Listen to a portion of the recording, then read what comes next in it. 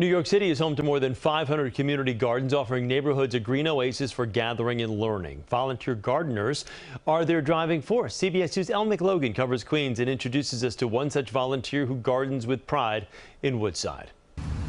A mouse got stuck in the compost bin. Can we pull him out the front way, or? Stay still, Buster. Nobody wants to hurt you. Jule Hall knows what it means to be trapped behind bars. He spent 22 years in prison. He is really trying to get through a small hole. Hall hadn't planned for a rescue mission on his commute from work at the Innocence Project.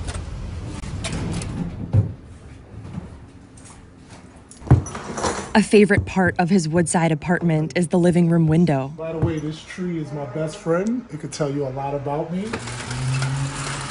The prison I was in maybe had another cell block where this tree is, so it will block my view of anything else. But it's amazing how time turns around, and I'm now at this space where I have a beautiful view that I enjoy. I got a hoodie jacket. Oh, this looks terrible. Maybe I should close that.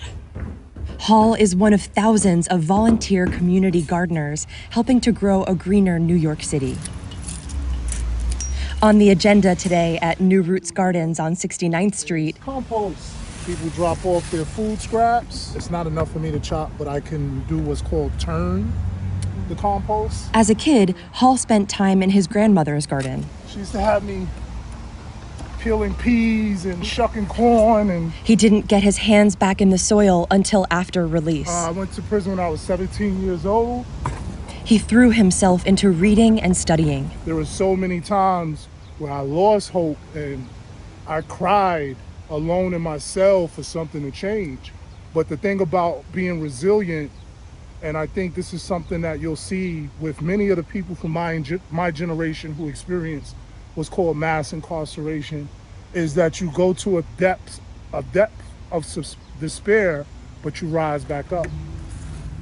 After release, he found work right away. He calls himself the exception. What's one thing that you would change about the system, if you could? The lack of humanity. He watches others struggle to reintegrate, forced to contend with their past again and again. He's the king of dates. Thank you. Hall is grateful for the community he finds at the garden, including a mouse. Almost, one more. Oh, he did it. He did it. Back to the first job. In Woodside, Elle McLogan, CBS 2 News. Elle is our reporter covering Queens. If you have a story to share, you can send an email to queenstip@cbs.com.